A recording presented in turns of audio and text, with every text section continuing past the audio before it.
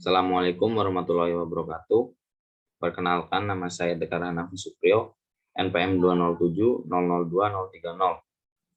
Di sini saya akan sedikit menjelaskan tentang cara kerja trafo uji dalam membangkitkan tegangan tinggi. Oke, pada zaman sekarang, saluran transmisi dan distribusi bekerja pada tegangan AC. Oleh karena itu, kebanyakan peralatan uji atau equipment test berhubungan dengan tegangan tinggi AC. Untuk membangkitkan tegangan tinggi AC, untuk keperluan pengujian dan percobaan digunakan transformator uji. Meskipun peralatan di dalam suatu sistem umumnya memakai sistem 3 fasa, dalam hal pengujian tegangan tinggi AC digunakan trafo uji 1 fasa. Trafo uji untuk keperluan ini memiliki daya relatif lebih kecil dari trafo daya. Trafo uji hanya digunakan untuk daya yang kecil, tetapi dengan nilai tegangan yang besar. Trafo ini biasanya digunakan untuk pengujian jangka pendek untuk peralatan tegangan tinggi. Desain dari trafo uji ini mirip dengan trafo tegangan yang digunakan untuk mengukur daya dan tegangan pada saluran transmisi. Kerapatan fluksi yang rendah dipilih agar tidak menimbulkan arus magnetisasi yang besar yang sebaliknya akan memenuhi inti besi dan menimbulkan harmonisa yang tinggi. Oke, untuk konstruksi dari trafo uji sendiri, yang pertama ada inti besi, yang kedua ada belitan primer atau belitan eksitasi LV, yang ketiga ada belitan sekunder V, yang keempat ada shell grinding medan, yang kelima ada tangki dan landasan metal didumikan, yang keenam ada bushing HV, yang ketujuh ada tangki atau sel isolasi, yang kedelapan ada elektroda HV. Oke, untuk cara kerja dari trafo uji ini sendiri yaitu proses pertama, trafo dihubungkan dengan sumber tegangan rendah. Kemudian tegangan akan melewati kumparan sekunder, trafo kumparan atau testier. Dari tahapan trafo pertama mempunyai jumlah belitan yang sama dengan kumparan primer trafo kedua. Dan akan menyulang tegangan ke sisi primer trafo kedua dan dihubung seri sehingga nominal tegangan keluaran dari kumparan tersier pertama akan sama dengan kumparan primer di trafo yang kedua. Kita misalkan tegangan nominal yang keluar dari trafo pertama adalah 5 volt.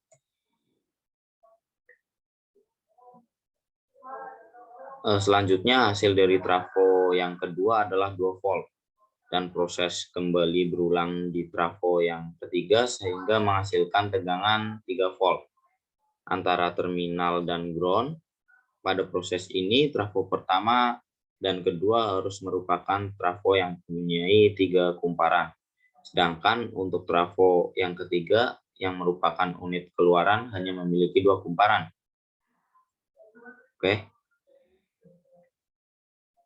Ya, ada salah satu gambar yang menunjukkan transformator dengan konstruksi metal tank dan kumparan sekunder tidak terbagi di sisi tegangan rendah dari kumparan sekunder terhubung dengan tank. Tank dari trafo tahap pertama dihubungkan ke ground, tank kedua dan ketiga mempunyai tegangan 1 volt dan 2 volt yang tidak dihubungkan ke tanah, karena itu harus diisolasi dengan isolator yang pas dan kuat. Hasil tegangan dari kumparan eksitasi dan kumparan tegangan tinggi akan dibawa untuk selanjutnya dihubungkan ke tahapan trafo yang berikutnya. Oke, untuk selanjutnya saya akan menjelaskan tentang kasus blackout yang sudah pernah terjadi. Di antaranya blackout atau pemadaman massal yang pernah terjadi pada 4 Agustus 2019 menjadi pelajaran yang penting bagi PLN. Salah satu yang sempat disoroti atas kejadian itu adalah PLTU Suralaya yang memasok listrik untuk Jawa, Madura, dan Bali. Ini jangan salah ya, ibarat Suralaya mati belakangan, ibarat petinju di pertahanan terakhir, kata Direktur 1 Operasi PT Indonesia Power, Muhammad Hanafi Nurifai di kantornya, Cilegon, Selasa 24 bulan 9 2019. PT Indonesia Power merupakan anak usaha PLN yang membawahi PLTU Suralaya. Pihaknya berjanji akan memperbaiki defense dan memperbaiki pola koordinasi dengan semua pihak. Namun, perbaikan tersebut bukan berarti salah satu penyebab blackout adalah lemahnya koordinasi. Semua berjalan sesuai SOP-nya, cuma sistem kan berkembang terus, makanya kita perbaiki, ujarnya lagi.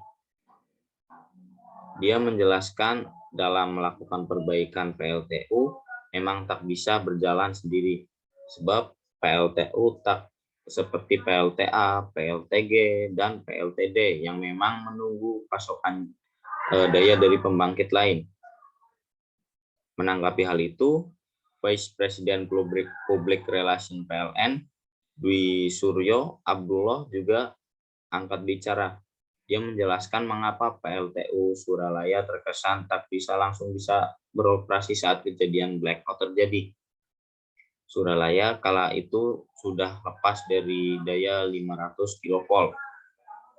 Waktu itu sudah berusaha bertahan 1 atau 2 unit. Setidaknya 6 jam Suralaya lepas dari sistem, katanya. Maksudnya PLTU Suralaya waktu untuk bisa berjalan normal, bahkan dibutuhkan beberapa waktu untuk start awal atau yang disebut full startup. Ini tak bisa dilakukan 7 unit sekaligus, harus secara bertahap. PLTU Suralaya lama, tak seperti genset 6 menit langsung normal speed, tegasnya. Atas insiden itu, hingga pukul 3 dini hari, di hari berikutnya pada tanggal 5 bulan 8 2019, unit 3 baru bisa beroperasi normal. Uap yang sebelumnya telah berubah menjadi air sudah terbentuk sehingga bisa menggerakkan turbin. Kemudian normal feed sudah terjadi, yang akhirnya generator menghasilkan listrik dengan daya 500 kV. Tak bisa langsung 400 MW, bertahap 10, 20, 30, 40%, terus sampai 70 sampai 80%. Beban itu setelah dimasukkan sistem, barulah unit yang lain. Nah, itu sedikit cerita tentang kejadian blackout yang terjadi di PLTU Suralaya. PLTU Suralaya ini berperan untuk mengalirkan aliran listrik di Pulau Jawa, Madura, dan Bali. Nah, seperti itu mungkin yang bisa saya jelaskan. Apabila ada salah-salah kata, mohon dimaafkan. Wassalamualaikum warahmatullahi wabarakatuh.